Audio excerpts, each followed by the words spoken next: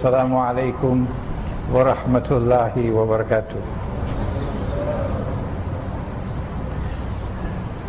Our topic tonight is one on which I spoke recently at the International Islamic University in Gombak on Khedhr alayhi salam and Akhirul Zaman.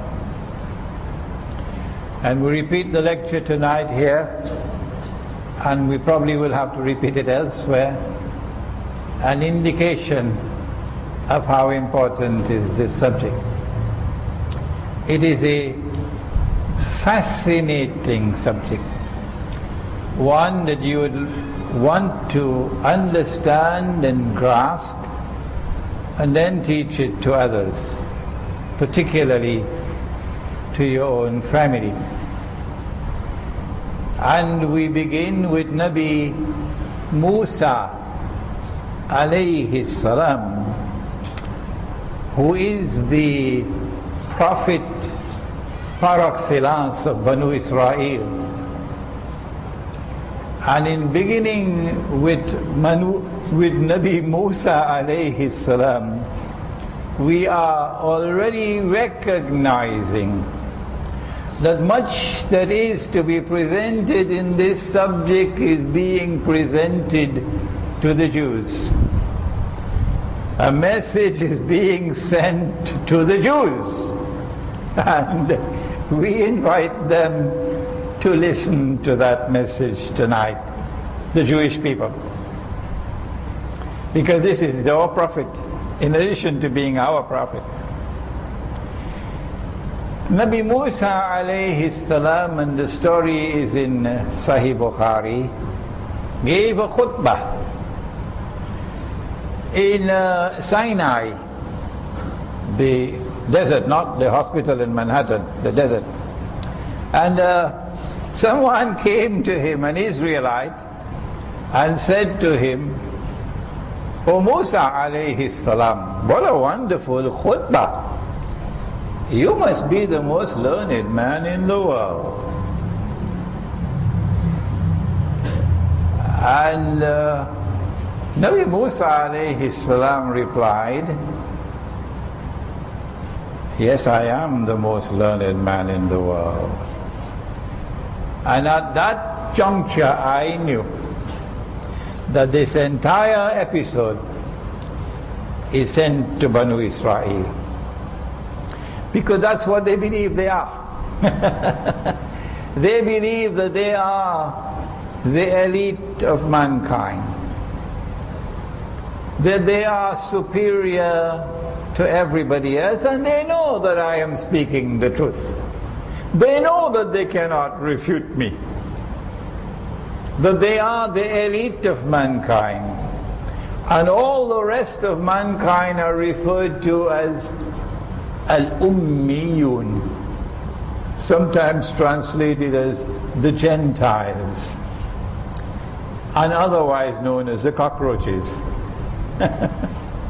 We are inferior people, and they are the elite. The world is theirs. They are the most learned, and heaven is reserved for them.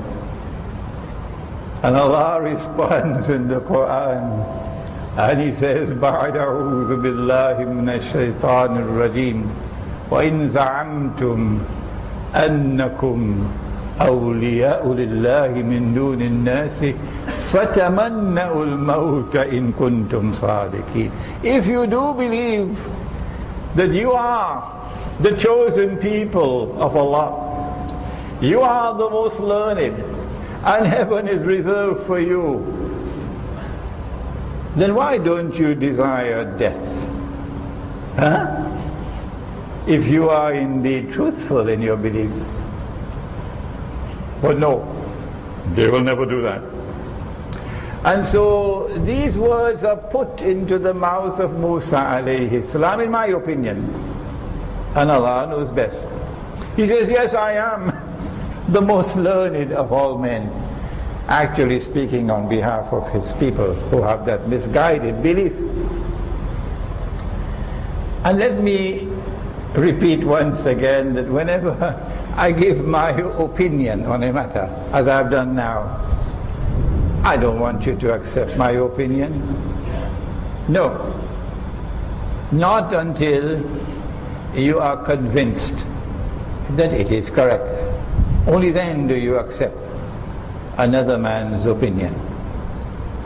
So when he said, yes, I am the most learned of all men, then Allah responded and said to him, and of course the message is going to Banu Israel, including those who now control the state of Israel. No, you are not. You are not the most learned of all men.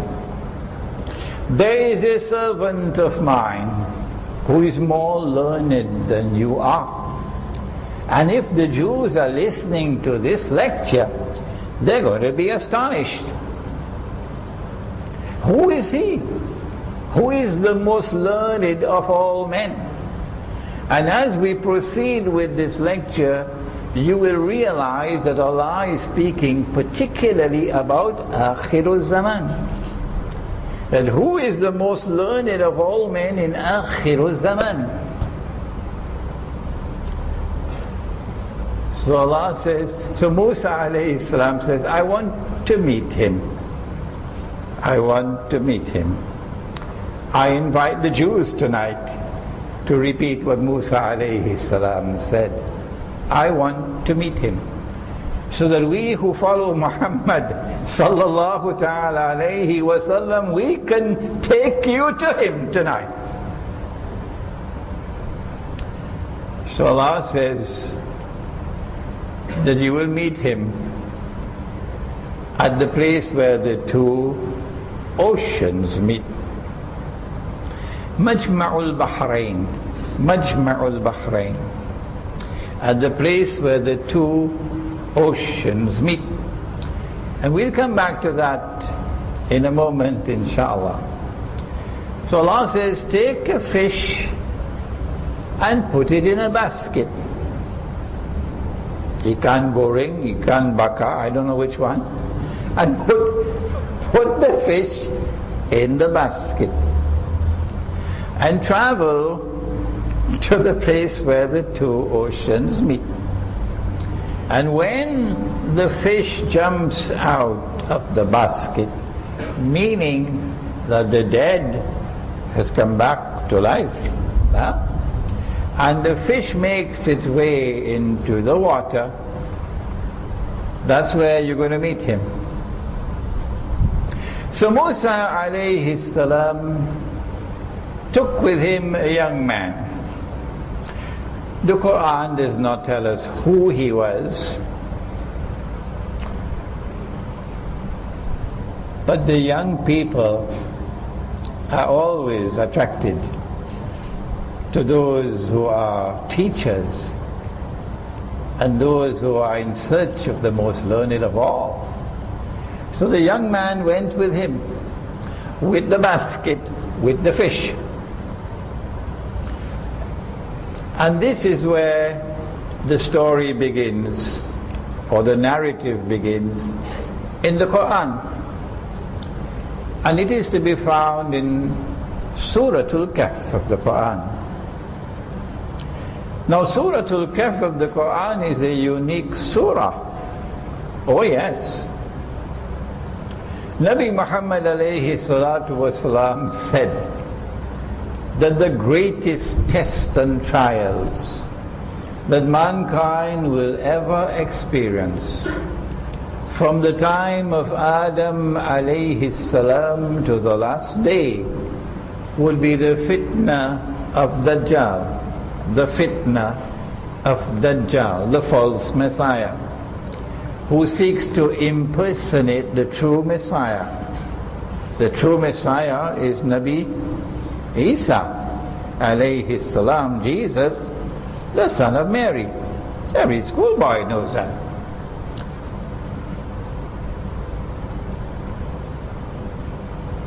When the true Messiah comes back, said Nabi Muhammad alayhi salatu wasalam, he's going to be a ruler, hakim. will his rule be subject to the authority of the Security Council? Would he have to obey the Security Council of the UN? Oh, come on, what nonsense. Tell them for me in Washington that when Nabi Isa alayhi salam returns as a ruler, he is going to rule the world. And his is going to be the supreme rule. And no one can rival his rule. And Nabi Muhammad alayhi salatu wasalam said further that his rule will be based on justice. Those who today rule the world with their blood-stained feet are doing so with arrogance, with brutality, with injustice, with false flag terrorism and what have you. There's never been a worse people like these. If Dajjal, I'm sorry I have to speak slowly now. If Dajjal is to impersonate the true Messiah, I don't know the Bahasa word for impersonate, and even if you tell me I might not be able to pronounce it. If he is to impersonate the true Messiah and convince the Jews that he is indeed the true Messiah, then of course he would have to also rule the world. Isn't that so? Don't you agree with me? Well, he's almost there now. It probably will be not just another few years, and he would have Israel installed as the ruling state in the world, which is why we have big wars coming up now, probably within a few months from now. And those big wars would be intended to deliver to Israel the status of ruling state in the world. And when Israel becomes the ruling state in the world, that's the plan. Then he's going to emerge in human form. He's already here, but you can't see him. And then he's going to stand up in Jerusalem. He's going to come from Khorasan, but he's going to stand up in Jerusalem as the ruler of Israel and say, I am the Messiah. But he would not be the Messiah. He would be the false Messiah. He would be Dajjal. And he uses lots of strategies to achieve his rule over the world. One of them is money and the economy. And that is our subject for Saturday night, Yawm Sabtu. I think the lecture is somewhere in Subanjaya. So do please attend that lecture. So the Prophet said, alayhi salatu wasalam, that the greatest fitna that mankind will experience from the time of Adam alayhi salam to the last day would be the fitna of Dajjal, the test, the trials, the deceptions of Dajjal. And if he tests us and we fail, he's going to succeed and he will rule the world. It is instructive that nowhere in the Quran is the word Dajjal to be found. Nowhere. But the Prophet said, sallallahu ta'ala alayhi wasallam, that if you recite the first 10 ayat of Surah Al-Kahf, and in another hadith, the last 10 as well, it will protect you from the fitna of Dajjal. And so Surah Al-Kahf is recognized as the surah of ilmu akhiru zaman. This is the surah of ilmu akhiru zaman. Because Dajjal is the mastermind of akhiru zaman. And the beginning of this surah offers you protection from his fitna. But the surah does more than that, and we will come to it inshallah later. So it is in this surah, Suratul Kahf, and it's not by accident that Allah now chooses to narrate the episode of Musa alayhi salam traveling to the place where the two oceans meet in search of the most learned of all men. This is not by accident, because there is a link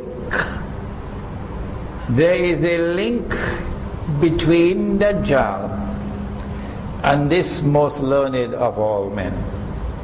And tonight we're speaking to you, the Jewish people, and we, the followers of Muhammad sallallahu ta'ala alayhi wa sallam, we're taking you on a journey so you can meet those who are most learned, more learned than you are.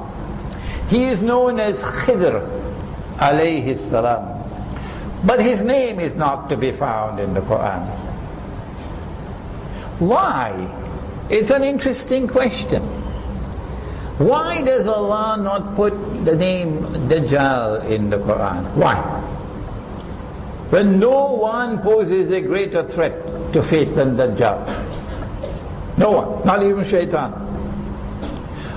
Why is the name Khedhr not found in the Quran? Why? Is it by accident? No, it's not. And as we proceed, if I forget, remind me, we'll explain why, in our opinion, these names are not to be found in the Quran. But this journey on which he now embarks is to be found in Suratul Kahf. And I want to say to you, to share with you, since I've been studying this subject, for about 20 years now or more, Ilmu Akhirul Zaman, I want to share with you my opinion that there is no passage in the whole Quran more important for understanding Ilmu Akhirul Zaman and for understanding Akhirul Zaman than this passage of the Quran. The encounter of Musa alayhi salam with Khedhr alayhi salam, which is in Suratul Kahf. So you may want to go back to your Quran and sit down and study the passage. I wrote this book, Suratul Kahf in the Modern Age, and in this book there is a chapter on the encounter of Musa alayhi salam and Khedhr alayhi salam. But don't read it. Go first to the Quran and study it yourself. And after you have studied it, then read what I have said. Don't miss your homework. Why is he Khedhr? Khedhr means green. So when I teach this subject to children, I call him Mr. Green. Mr. Green. Why is he called green? No one else in the Quran or in the Hadith has a name which is a color, green. The Prophet said sallallahu ta'ala alayhi wa sallam that Khedhr alayhi salam one went to a land which was barren, brown, nothing growing. And he sat down. And when he sat down there, everything became luxuriously green, like Malaysia.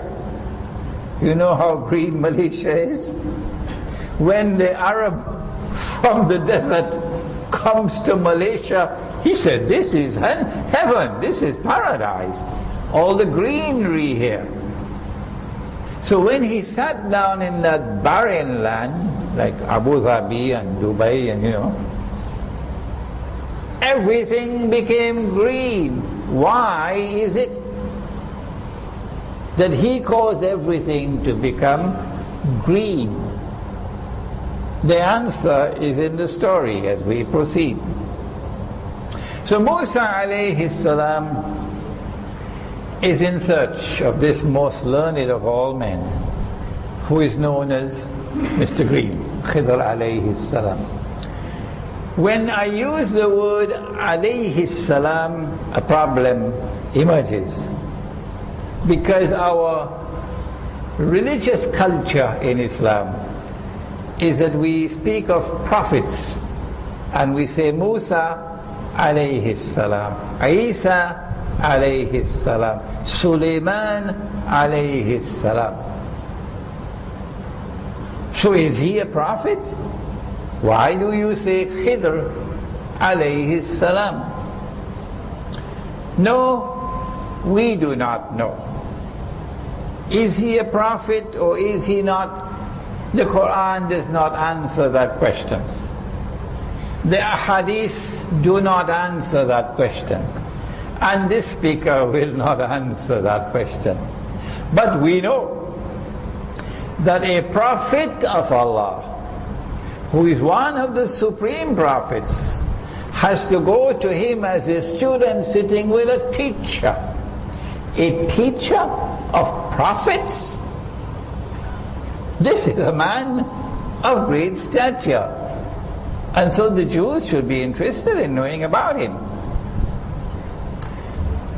As they were traveling to the place where the two oceans meet, we come upon the second problem.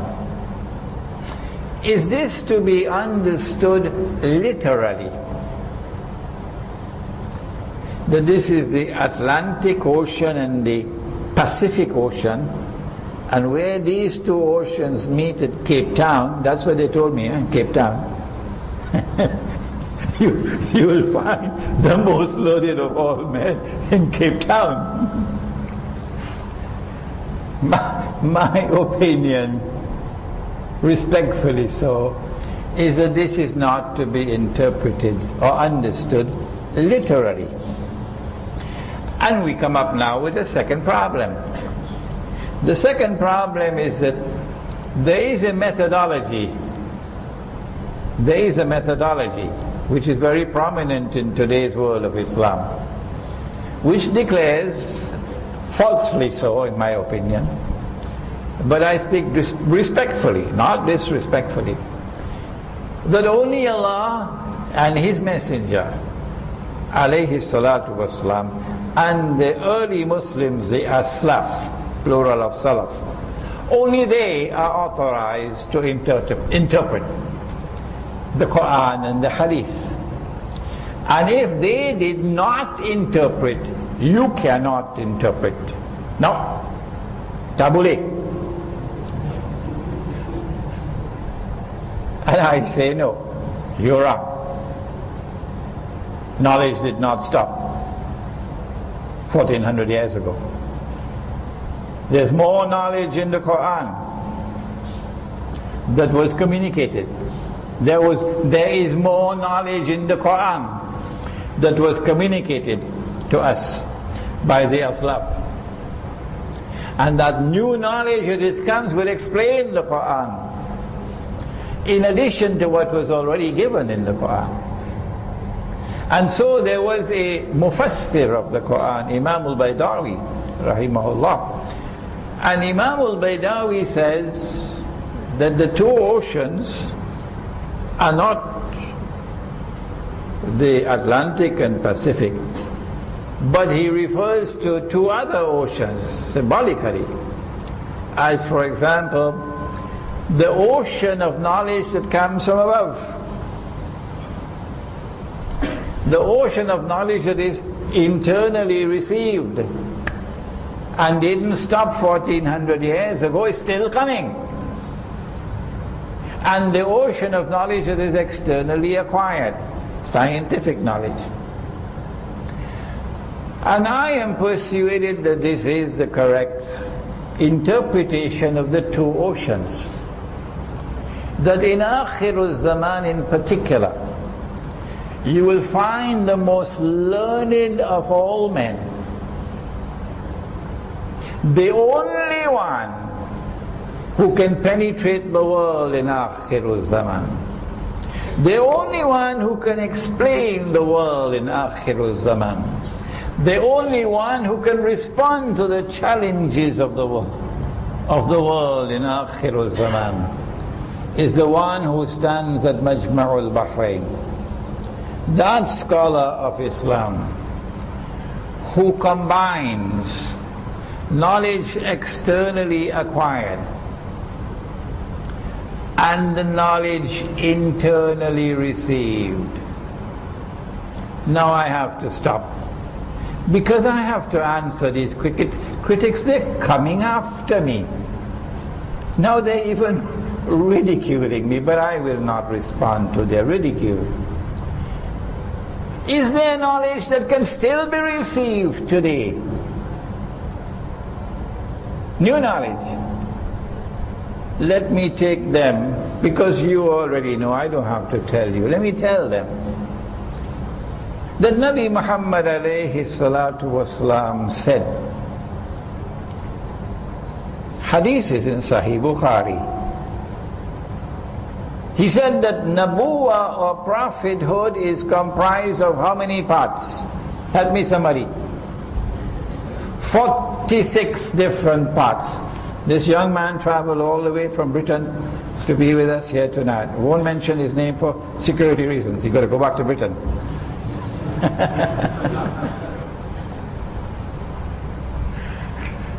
Prophethood is comprised of 46 different parts. He said, after me, not me, the Prophet, after me, nothing remains of prophethood in the world except one part. And that one part of Nabuwa or prophethood, which is still here in Masjid al-Ghufran, in Tamantun Dr. Ismail, in Kuala Lumpur, is Ru'ya Sadiqa and Ru'ya Salihah.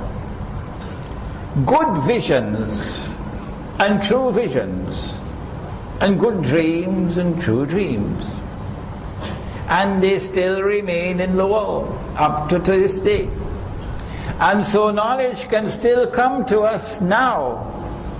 New knowledge. And that knowledge comes from Allah. And that knowledge has the status of being the last part of prophethood still remaining in the world. They cannot critically respond to this. No, sir. Of course, when that knowledge comes, it does not have the status of the Quran. No. It is not binding and incumbent upon anyone. No. And so when someone shares that knowledge with others, you have to say, Allahu A'lam. Allah knows best. It is not obligatory, it is not binding, it is not incumbent on anyone. But new knowledge still comes into the world. And right here in this masjid, I gave you an example of the Surah Al-Ma'idah. Remember, don't take the Jews and don't take the Christians as your friends and allies. You remember? And right here I explained to you that Allah is not speaking about all Jews and He's not speaking about all Christians. No. Well then, which Jews and which Christians? And this was never asked before. This first time it's being asked. And then I said the answer is right there in the words which follow. بَعْدُهُمْ أَوْلِيَاءُ بَعْضٍ. Meaning, do not take such Jews and do not take such Christians as your friends and allies, who themselves are friends and allies of each other. Jews and Christians were never friends and allies of each other until Western Christianity, not Eastern, not Russia, not Greece, not Romania, not Bulgaria, not Poland. Western Christianity, Britain, France, United States, Germany, when these Western Christians joined together with the European Jews to establish the Judeo-Christian alliance, which today has NATO as its military arm. This is what Allah is speaking about. Don't take them as your friends and allies. And if you do, وَمَنْ يَتَوَلَّهُ مِنْكُمْ فَإِنَّهُ مِنْهُمْ, you've lost your Islam, as they've lost it in Libya, which today is a Zionist state of Libya. And so this is new knowledge. No one ever explained this verse of the Quran like this before. It's the first time. But does that mean because it is the first time, it is inadmissible, it is false? Not at all. It is new knowledge. I am sure it is the correct interpretation of the Quran. But you must never be arrogant to say, this is the truth. You say, Allah knows best. Allah knows best. And just present it and let the people decide. And so he said that the two oceans are the ocean of knowledge externally acquired, your scientific knowledge, for example, and the ocean of knowledge internally received.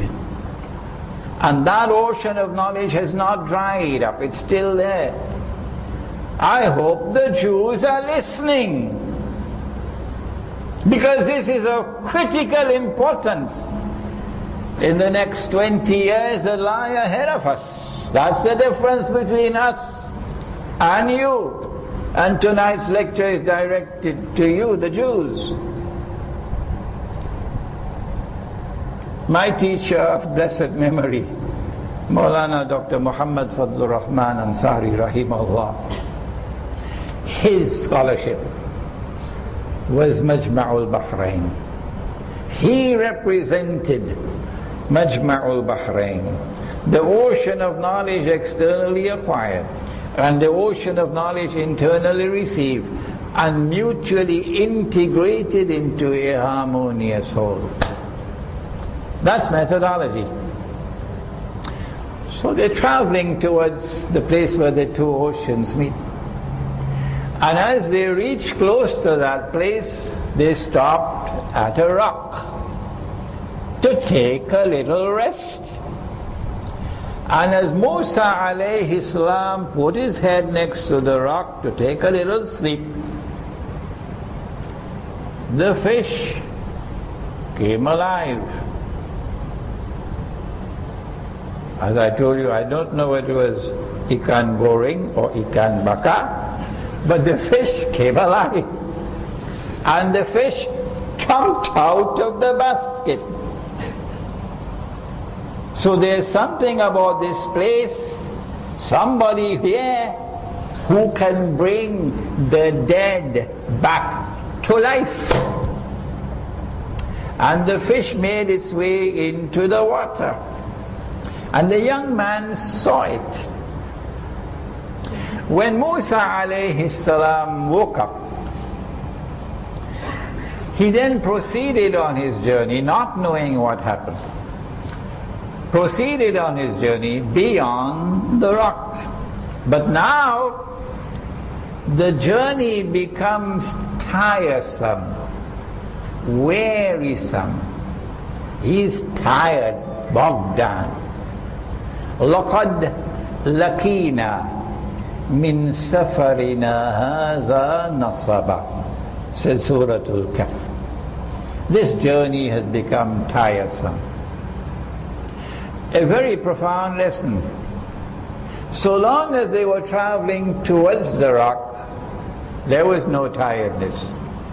You could go to 90 years of age and you have a walking stick, and yet you're feeling young, and yet you are moving smoothly on with life.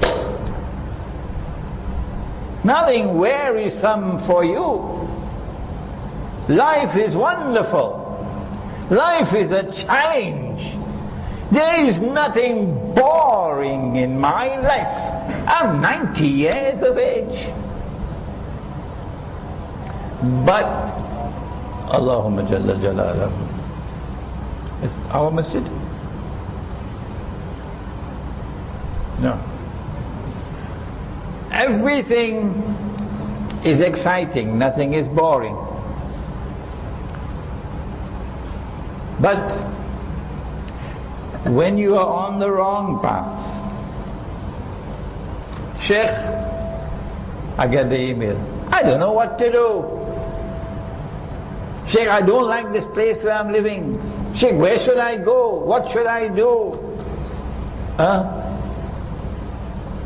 If you're going on the wrong path, then you're going to end up confused. Yes. Unsettled. Yes. Restless. You're neither here, you're neither there. If you are traveling on the wrong path. And so Surah Al-Kahf is giving you a means by which you can test your own self. Are you sailing smoothly? Or are you just drifting? You don't know where you're going. When Musa alayhi salam had enough of this wearisome journey, he stopped. He said, bring the food. I'm hungry, let's eat. Then the young man said, oh, I forgot to tell you. But Allah says, no, he didn't forget. Shaitan caused him to forget. And Shaitan can cause all of us to forget, including me. And so we always pray to Allah and beg Him for forgiveness and beg Him to get us on a path which is better than the one of forgetfulness. عسى أن يهديني ربي لأقرب من هذا رشدا. I forgot to tell you what happened. The fish came alive and jumped out of the basket and made its way into the water. Musa alayhi salam said, but that is what we are looking for. Now let's go back quickly. So they went back to the rock. And when they went back to the rock, they saw this man sitting on the rock. In Sahih Bukhari we are told that Musa alayhi salam greeted him, maybe assalamu alaikum. So the man looked at him, greeting like that, in a place like this, who are you? So he says, I'm Musa. I'm Musa. Now listen. Listen. I hope the Jews are listening. He said, which Musa? Musa of Banu Israel, that one? So he is not Banu Israel. He is not Banu Israel. But he is more learned than Banu Israel. So you are not the most learned in the world. You are not the most learned in the world. Those who follow Khedhr alayhi salam, they are more learned than you are. He said, yes, I am that Musa of Banu Israel. In that case, look at the beauty of the statement, the way a learned man speaks. A learned man never has arrogance. A learned man never has pride. Those who have arrogance and pride, Allah takes away your knowledge. In that case, Allah has given to you knowledge that I don't have. How nicely. And Allah has given to me knowledge that you don't have. And then the Quran continues now with the story. This was in the hadith. So he meets Khedhr alayhi salam sitting on the rock. And Allah now describes Khedhr alayhi salam as his abd. Abd. indicating that an abd, meaning a servant, he has to be a person, not a jinn, not an angel, an abd, a person. But he says about Khedhr alayhi salam, آتيناه رحمة من عندنا وعلمناه من لدنا علما. Two things. I gave him knowledge directly from me. I gave him knowledge directly from me. But he didn't stop there. I gave him something else. And so this is a marriage. You have to have these two for it to work. I gave him knowledge and I gave him rahmah. Rahmah. Rahmah is kindness. Rahmah is compassion.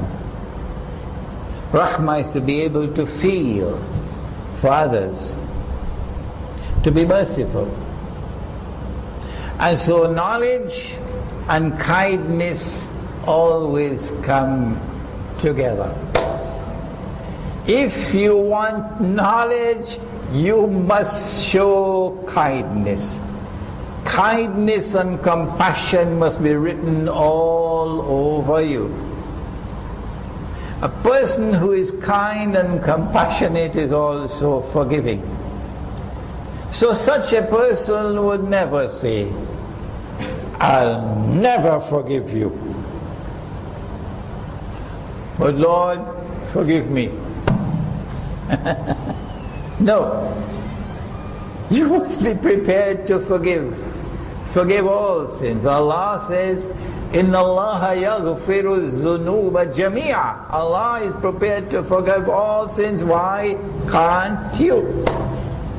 And so now we have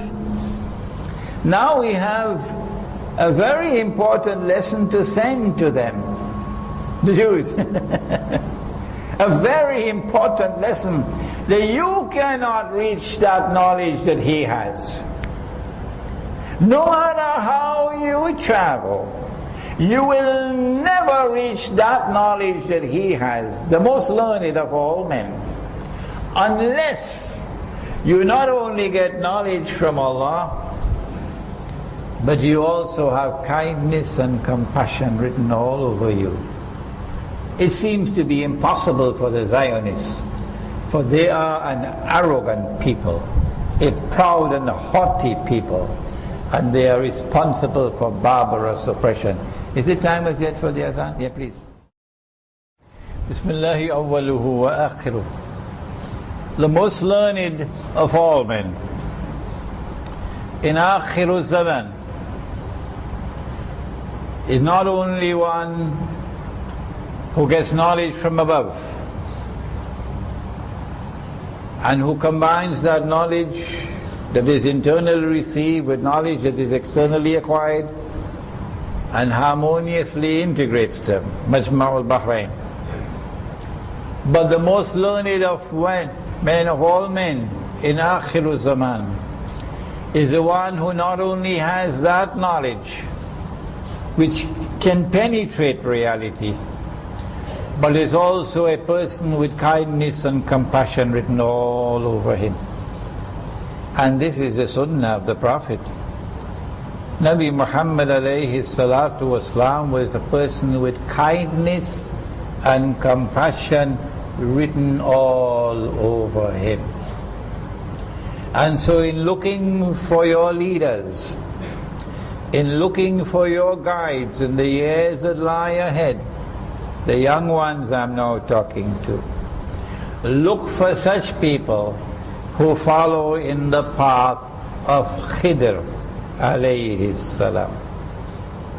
Musa alayhi salam says to him, I want to follow you so I can learn from what Allah has given to you. Are you listening, Banu Israel? This is your prophet talking. Huh? You do well. You would do well to do what he is doing, to go and search for those who have more knowledge than you have, and step down from your arrogant pedestal. Khedhr alayhi salam gives an answer.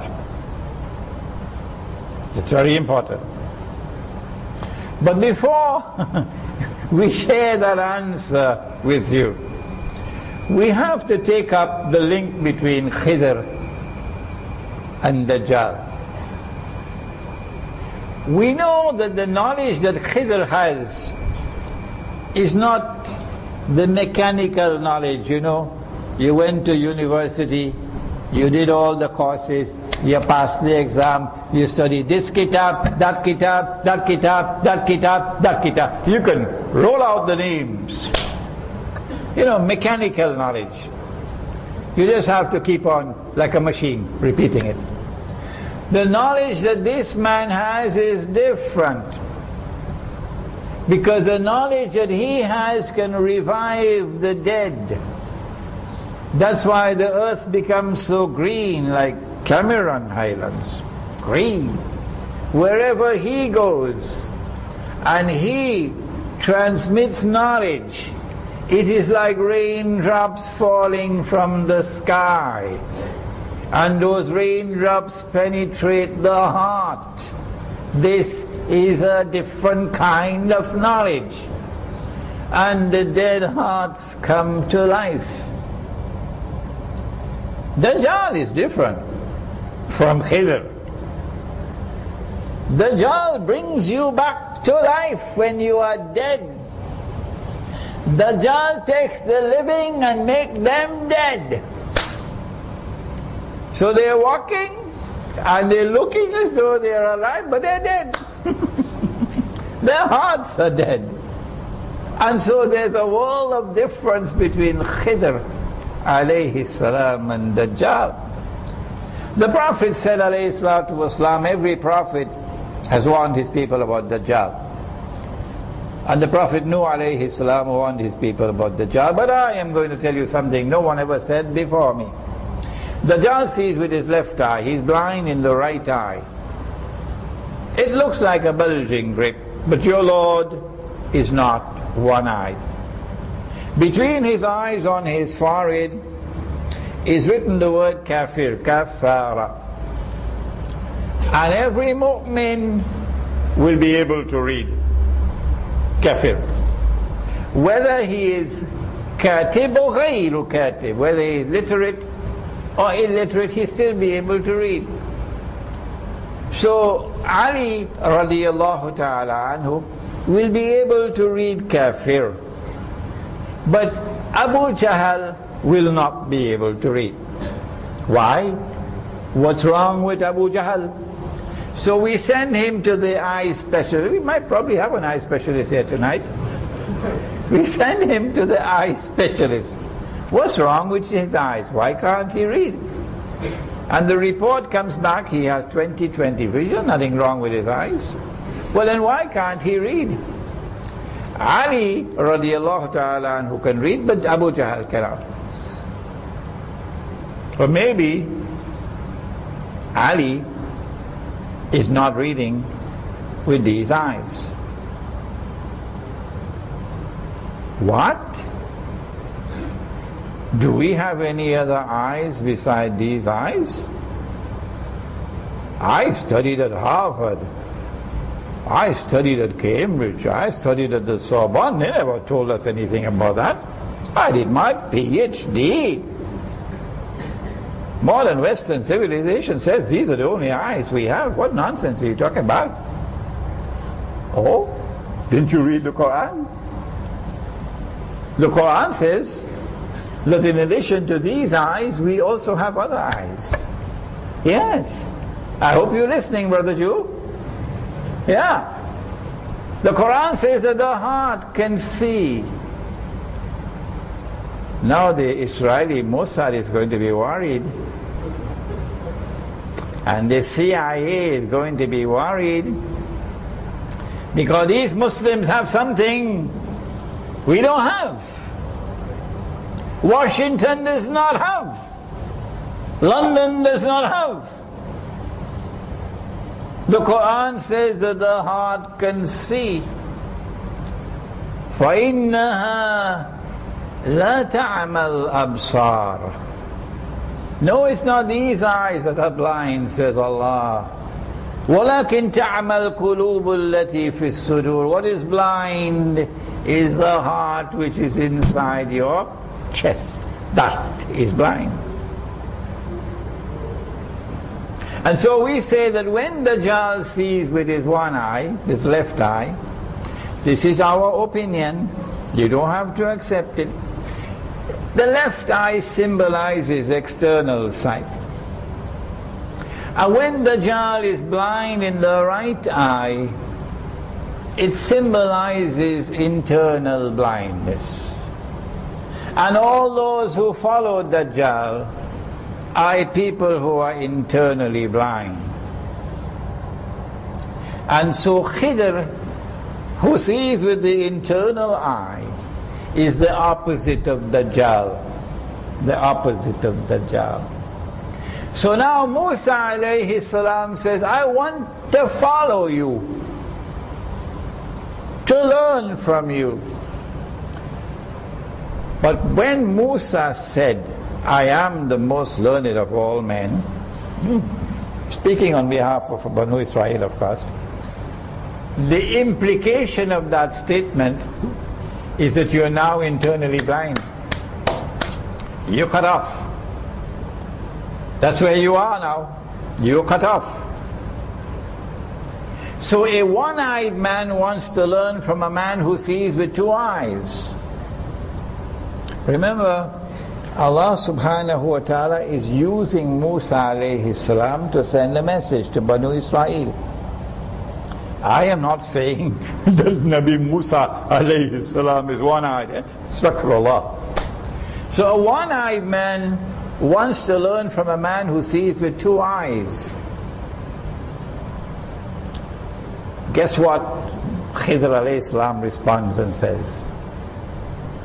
These two verses are so important. I consider them to be the most important in the whole of Surah Al-Kahf. Listen.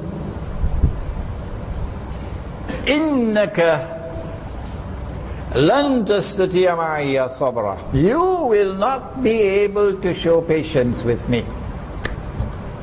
A one-eyed man can never show patience to learn from a man who sees with two eyes.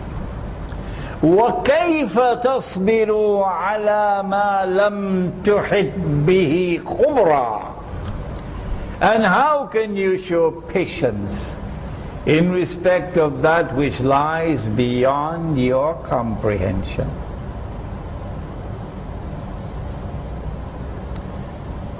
And so sometimes you got to put them in their place. When they come brashly demanding knowledge from you, put them in their place brashly. You cannot acquire knowledge from a prophet. You cannot acquire knowledge from a khedhr unless you humble yourself and listen instead of constantly questioning. Listen and wait until understanding comes to you. So Musa alayhi salam says, I promise you, I'll be patient. Okay. Well, in that case, you can follow me on this one condition. Don't ask me any questions until I explain to you. But just a minute ago, he said, I'm the most learned man of all in the whole world. So you cut down to size. Now, don't ask me any questions until I explain to you. So he accepts. And then they travel and the three events occurred, and I don't have the time to be leisurely with them. I wish I had the time. The first one was the boat, and he scuttled the boat. And Musa alayhi salam was quite annoyed. Why did you do that? What a bad thing you've done. Did I not tell you not to ask any questions? He said, I'm sorry. Please forgive me. And then they proceed and he killed the boy. Oh my gosh, this is bad. This is really bad. You killed the boy, an innocent child. Why did you do that? Did I not tell you not to ask any questions? I'm sorry, if I ask any more questions, you could send me off. You could send me away.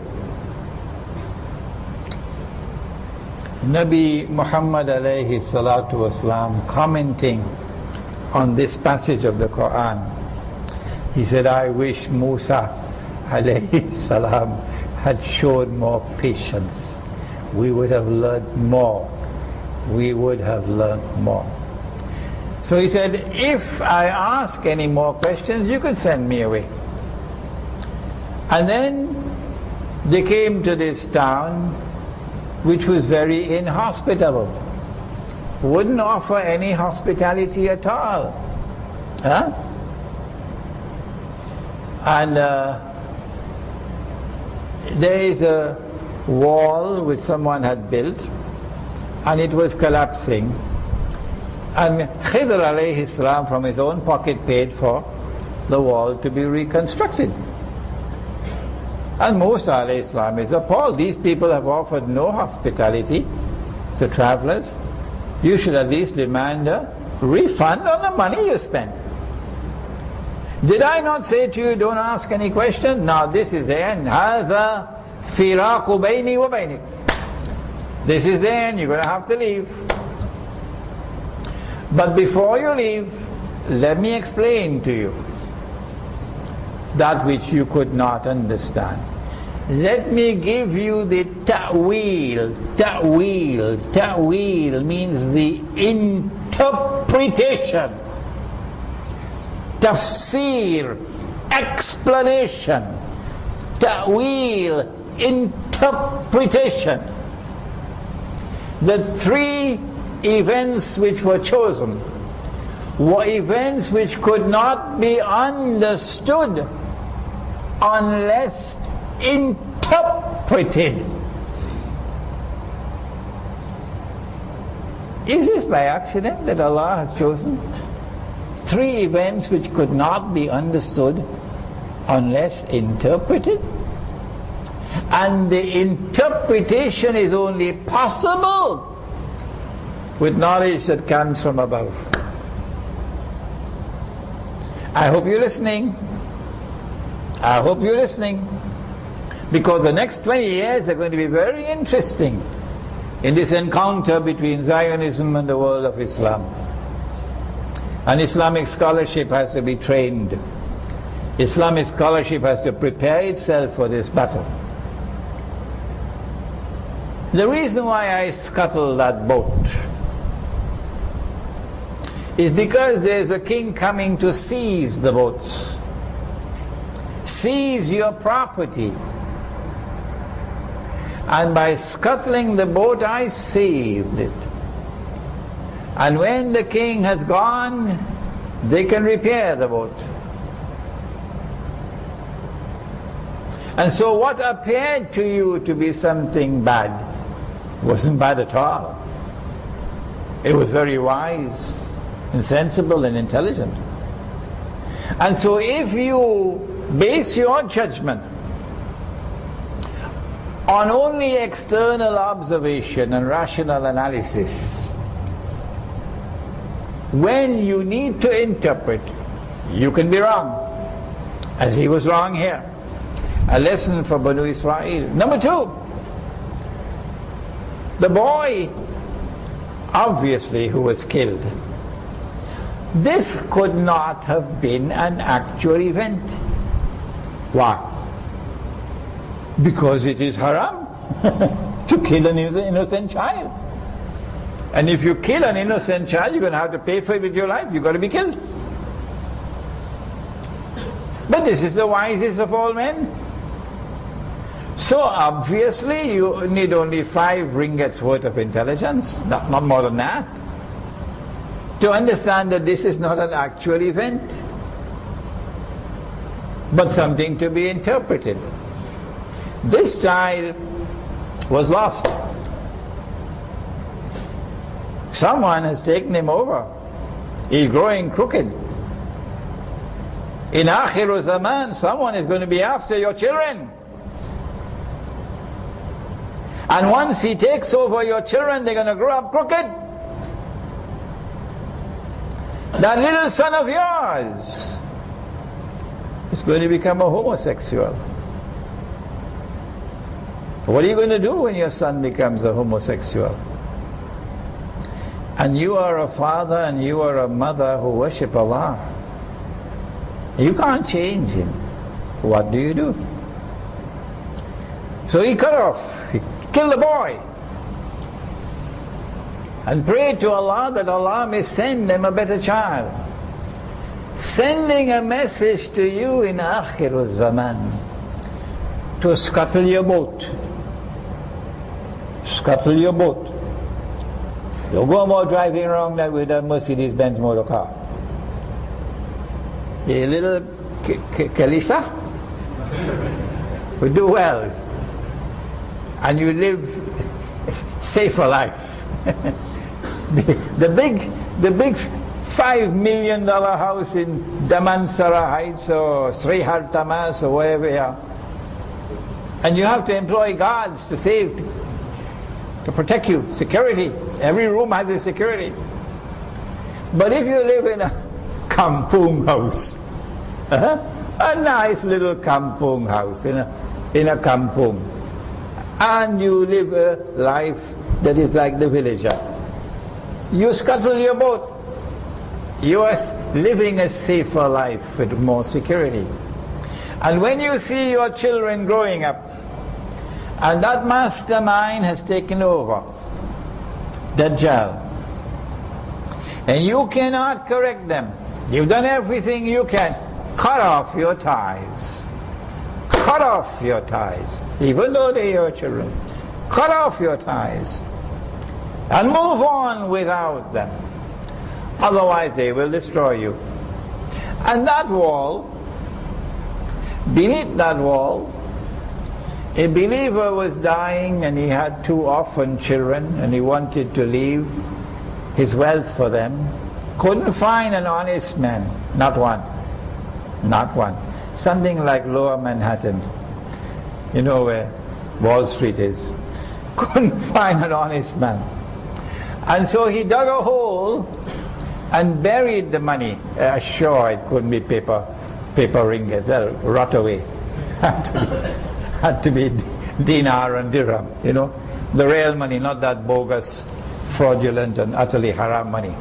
So he dug a hole and buried the money, and then he built a wall on top of it and prayed to Allah to preserve that wealth for his children. And since the wall was falling, Allah told me to reconstruct it. So there are more things that you could see. There are more things that you could see. I saw Musa alayhi salam. Your judgment was based on external observation, and you were wrong all 3 times. And my judgment was based upon internal knowledge, apart from external observation. And I was able to recognize what you could not recognize, like the paper money, for example.